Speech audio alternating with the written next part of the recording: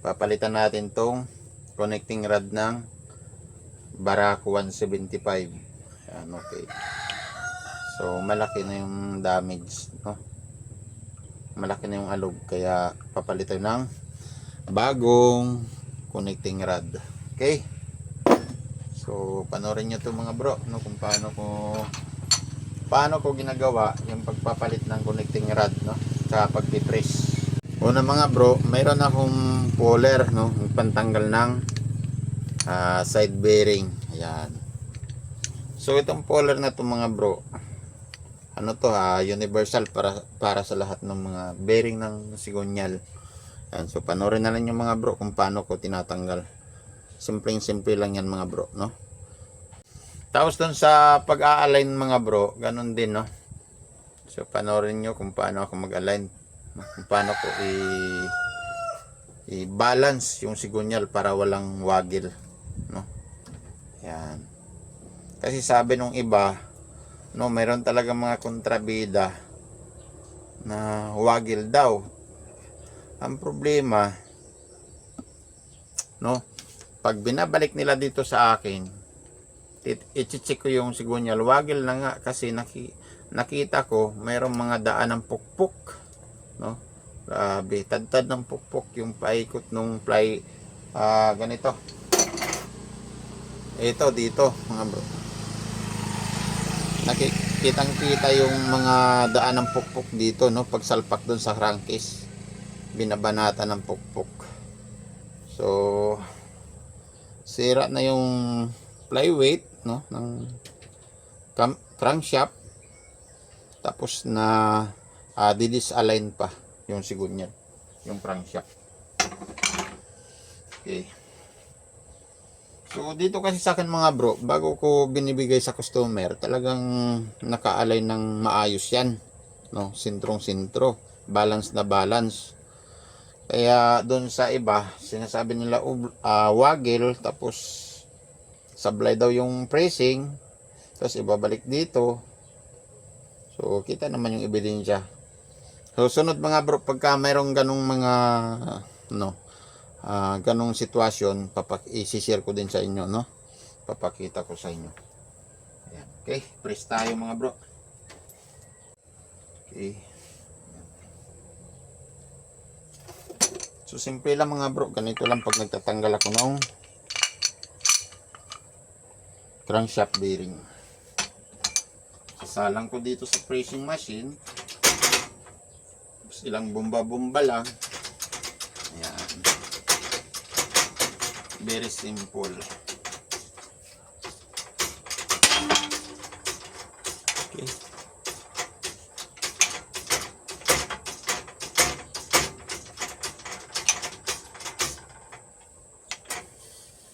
Pagkatapos yan mga bro,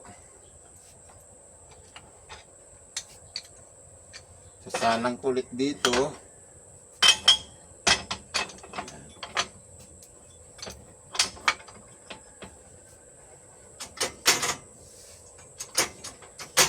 Bomba ulit.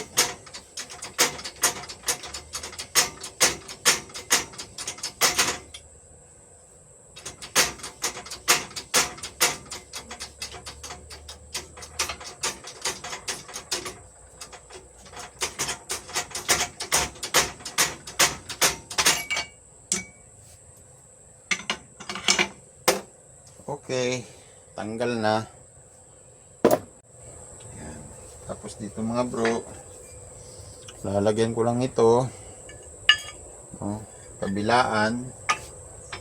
Ayun.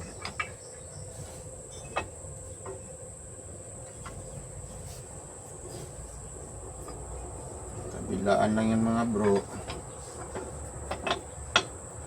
Okay, para may pipress ko ng ayos to. Meron din ako mga spacer, no, na pangtulak. Ayan. Yung mga pin ng connecting rod. Yan yung ginagamit ko mga bro.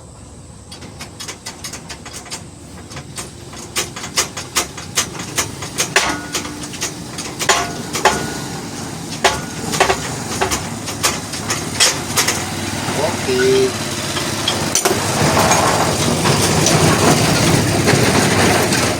Tanggal na mga bro. Ayan. So ito na yung damage no connecting rod. Mayroon siyang kain dito sa ilalim. Okay.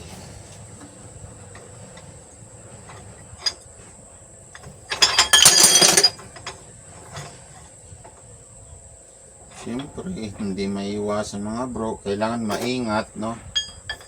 Dahil puro bakal to. Pag nalaglag tong mga ano bang tawag dito? Pag nalaglag tong mga bakal na to, sigurado pag nadali yung paa, pisa.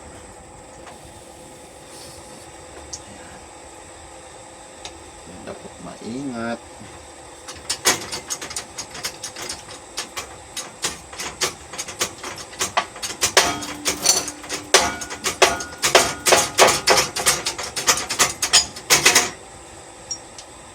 Okay, tanggal na yung kanyang connecting rod pin. So dapat naman sa pag-aalin mga bro, siguraduhin natin yun, na yung butas dito tsaka dito no ay walang bara, no? Minsan kasi mayroong pinapapre sa akin na barado na yung butas dahil sa dumi, no? Lalo na yung mga ano dyan, mga matagal mag change oil, yun kalimitan nagkakaroon ng bara kaya nasisira yung connecting rod. Okay,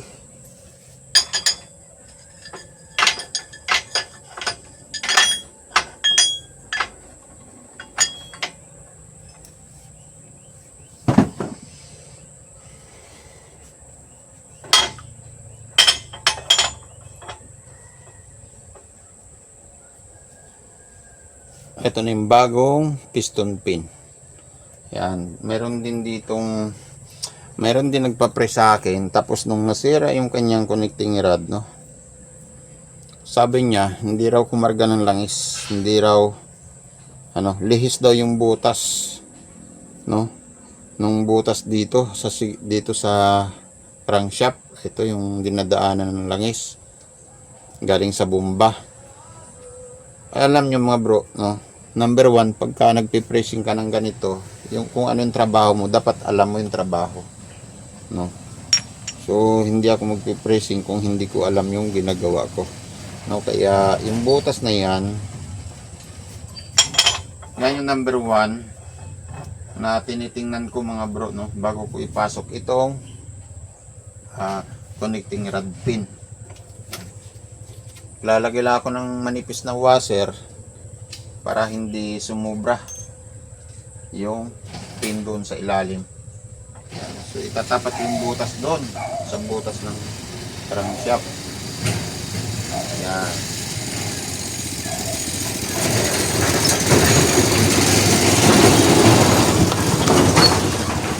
Okay. Tapos lalagay ko na agad tong truss washer. Lalagay ko na rin yung stick bearing.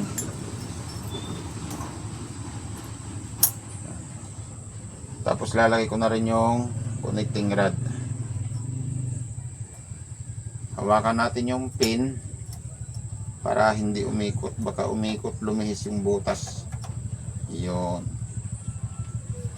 So kaya ko nilalagay itong connecting rod mga bro, para pag press ko nitong connecting rod diretso, uwid. Yun, para maiwasan yung pagkasira ng butas ng sigunyal or crankshaft. Kasi pag tagilid yung pasok ng connecting rod pin, kinakainan itong gilid yung butas ng crankshaft or ng sigunyal. Okay? So pag nasira yan, sa susunod na pagpalit ng connecting rod, maluwag na. Wala na. Sayang. Kaya dapat ganito para naiingatan. Okay? At siyempre mga bro, lalagyan natin ng langis, yung stick bearing. Ayan, para sa unang andar, kahit wala pang langis yan, hindi siya masisira or hindi siya titigas. Dahil sa unang start, wala pang langis na aakyat dyan. No? Seconds pa bago aakyat yung langis. So, mas maganda yung meron ng langis agad para pag start, may iwasan yung pagka-damage ng stick bearing. Ayan. Okay, press natin. Ayun.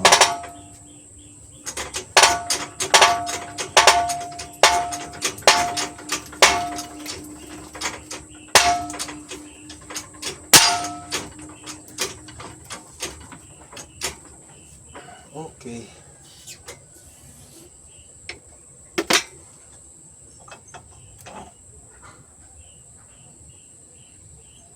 Ayun mga bro. So dahil nilagyan ko ng washer sa ilalim, no? So mga 0.3 siguro or 0.2 yung kapal nito, no? Sa micrometer. Ayan. So saktong-sakto lang yung labas ng piston, connecting rod pin dito sa crankcase. Okay? Ayan. So sinishare ko lang to para pag napanood, lalo na yung mga taga rito sa amin, yung mga nagpapagawa, alam nila kung paano ko ginagawa, no? So lagi ko lang pinapaalala, kanya-kanyang diskarte lang yan mga bro, no? Itong sa akin mga bro, yung content ko pagbabahagi lang or pag-share. Share lang, hindi naman tutorial. No? Kasi yung iba kasi na mas magaling pa, no? Matindi mambas. O sa akin naman share lang. Kung ayaw nyo, kung may iba kayong mas maganda pa, no? Mas napaka the best na diskarte, yun yung gawin nyo mga bro. Ayan. So pagkatapos nito mga bro, sisiguraduhin ko muna, na sentro yung butas, no? Kung meron kayong air compressor, meron naman akong air compressor dito. Sana ba yun? Ayan, to sa ilalim. To. Pero, mas madali mga bro. Ito, technique na lang talaga ng Pinoy. Ihipa na lang dito. Ayun. So, diretso yung hangin dito sa, ayan, hindi pala nakita. Ayan, diretso yung hangin dun sa butas. No? Ayan, ibig sabihin okay. Sentrong-sentro yung butas na dinadaanan ng langis papunta dito. Okay. So, balik natin. Pati yung truss washer. So, dito, meron din ako isi-share sa inyo mga bro, no? Sa paglalagay ng truss washer, meron din kasi parang clutch plate din to mga bro. Ayan, para alam ng lahat. Yung truss washer, saan ba yung camera natin? Yung kabila nito mga bro, matalas yung kanto. Yung kabila dito, mapurol. Ngayon mga bro, ang paglagay ng truss washer, yung mapurol ang kanto, yan yung itatapat natin or ihaharap natin dito sa connecting rod. Ayun. Yung matalas na kanto ng truss washer, yun yung nakaharap dito sa flyweight, no? Yung pabigat na dito sa crankshaft. Okay? So, ang ibig sabihin nun mga bro, pagka walang kanto siya, mabilis dumaloy yung langis. Saan ba yung camera natin? Okay, nawala lagi. Ayan. Kung mapapansin nyo, yung connecting rod, meron siyang mga kawang, ganyan. So, ibig sabihin yan, daanan ng langis yan mga bro, no? Ayan. Okay. Salpak natin. So, share lang sa akin mga bro, no? Nagsishare lang ako ng diskarte ko. Walang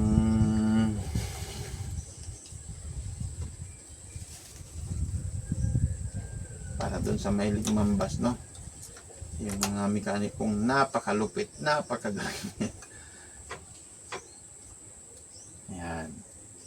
So, ang ginagawa ko mga bro, bago ko ipipress, dinidiin ko yung connecting rod mismo dito sa crankshaft sa baba. Para magpantay yung gilid. Ibig sabihin, yung piston pin, sentrong-sentro yan. May iwasan yung pagtagilid. Pag tumagilid kasi mga bro, sira yung butas nung crankshaft. Yan. Okay.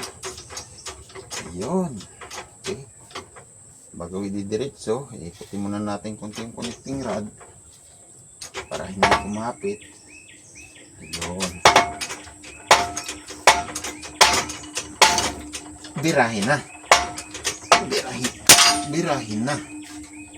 Okay. Yan. So, kita nyo mga bro, sobrang tigas pagpasok. Ibig sabihin, masikip na masikip pa yung butas nung sigunyal or nung crankshaft. Ang problema dito mga bro, yung biniling connecting rod kasi pagka nito may truss washer, local, sobrang sikip doon sa butas. Dapat talaga bro, yung mga pagka-connecting rod, ang gagamitin natin ay puro original. Okay? Kailangan wala tayong magawa dahil yun ang gusto ng ating customer.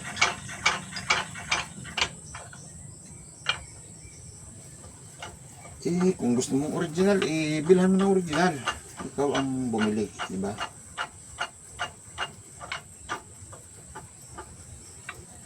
Yan. Tapos mayroon akong pointer or dial indicator.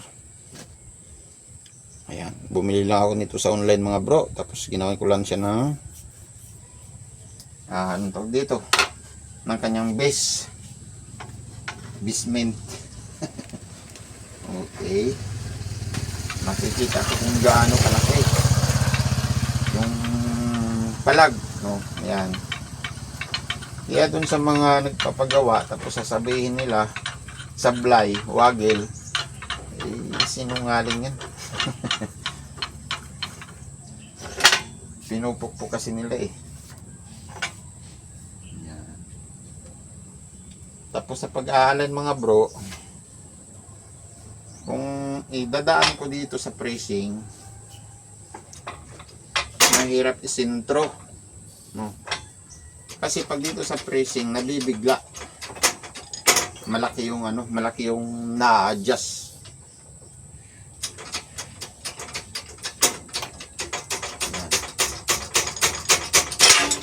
Yun, okay, ganun. So ngayon mga bro, ang ginagawa ko, so mayroon talagang pukpok yan mga bro. Ginagamitan din talaga ng pukpok, no? Pero yung tamang pagpupukpok. Ayan. Okay. So, kailangan yung tamang pukpok, yung walang damage. Oo. Diba? Yun. So, konti pa. Konting pukpukan pa. Okay. Yun. Try natin. Konti na lang mga bro, no? Zoom na lang natin. Paano ba ito i-zoom? Ayaw. Ayan. So kahit pa paano nakikita naman mga bro, no? Ayan na. Yun. So konti na lang. Konti pa rin. Konting pukpok pa rin. Ayan. Hanggang tumining. So, mayroon talagang sigunyal mga bro na pag ginamitan mo ng dial indicator, mayroon talagang mga 0.5 na galaw, no? Hindi mo talaga siya mapiperfect na 0-0. Mayroon talagang ganun mga bro. So, una pa lang para malaman bago kalasin yung sigunyal, so i-check na agad dito sa dial indicator kung mayroon siyang play or wala. Para sa pag-align, pag-balance, hindi mahirap. Okay. Yan. Timpukpok pa mga bro. So So dito ko pinupok or dito kung saan siya magiging balanse. Yun, okay. So matigas kasi, no, sobrang higpit, kaya hindi agad makuha sa mga isa o dalawang pukpok. Kailangan yun, kunti na lang talaga, mga 3 pukpukan pa siguro. Pero tingnan nyo mga bro, walang nadadamage dyan mga bro, no? Ayan, o. Okay. Walang nadadamage yan. Ayun, kunting-kunti na lang. Sige, sintro na.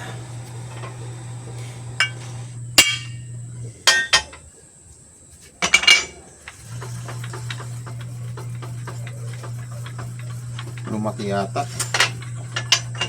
Okay. Pok natin sa kabila. Ayun.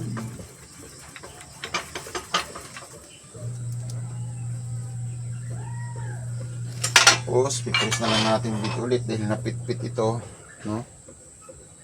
So, balik lang natin sa tamang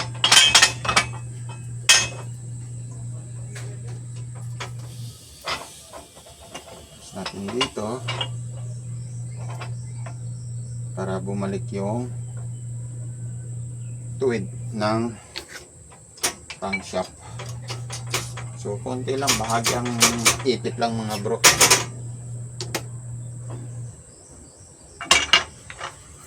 Yun, perfect.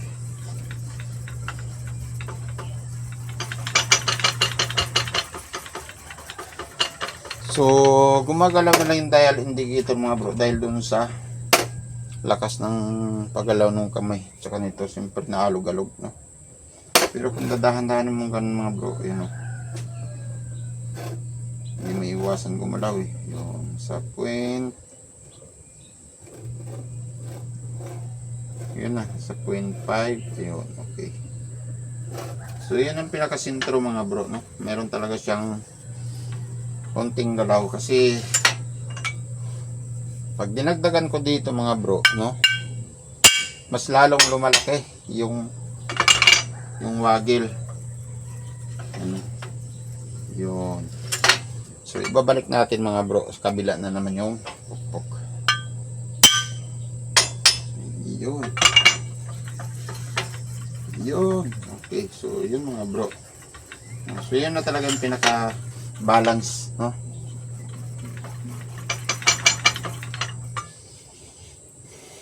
Yun na yung pinaka balance ng sikunyal. Try pa natin isang try pa para masigurado. Ayun, lumaki uli. Balik natin mga bro.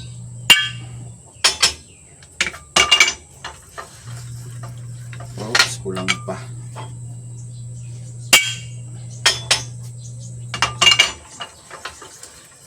Yun. Okay na. Tapos pipress na lang natin ulit dito.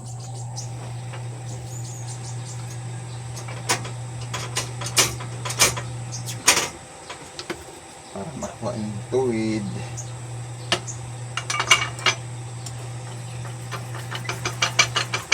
Okay. Perfect mga bro.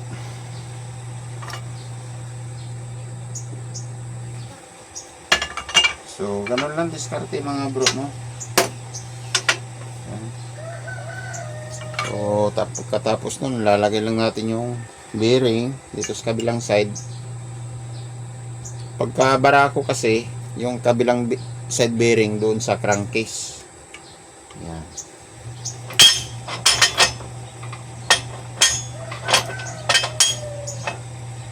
Pasokan natin dito. Kailangan sintro. Yun.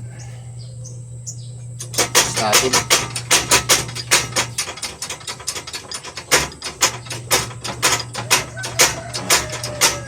Alalay. Okay.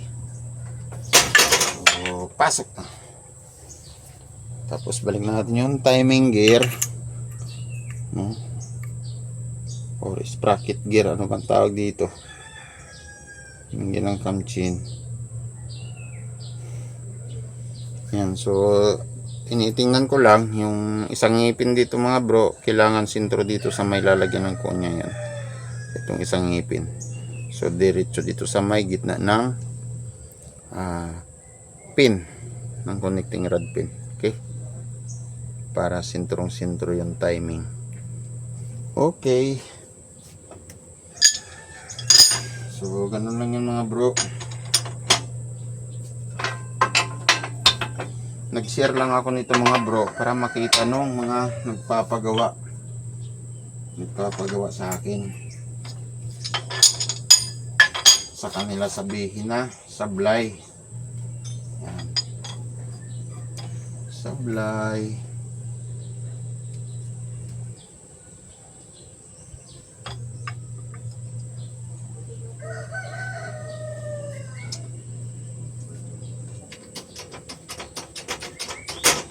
Ang totoo talaga niyan mga bro, dapat hindi pinupukpok yung sigunyal pagpasok dun sa crankcase, no? Kasi pagka pinupukpok talagang magwawagil yan, madidisalign to.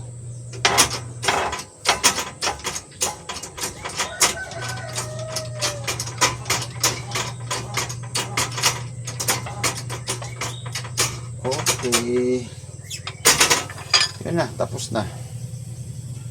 So i-check natin yung lumang bearing dito sa kabila para pwede natin i-align. Pasok na ulit natin dito sa alignment. Yun. Perfect mga bro.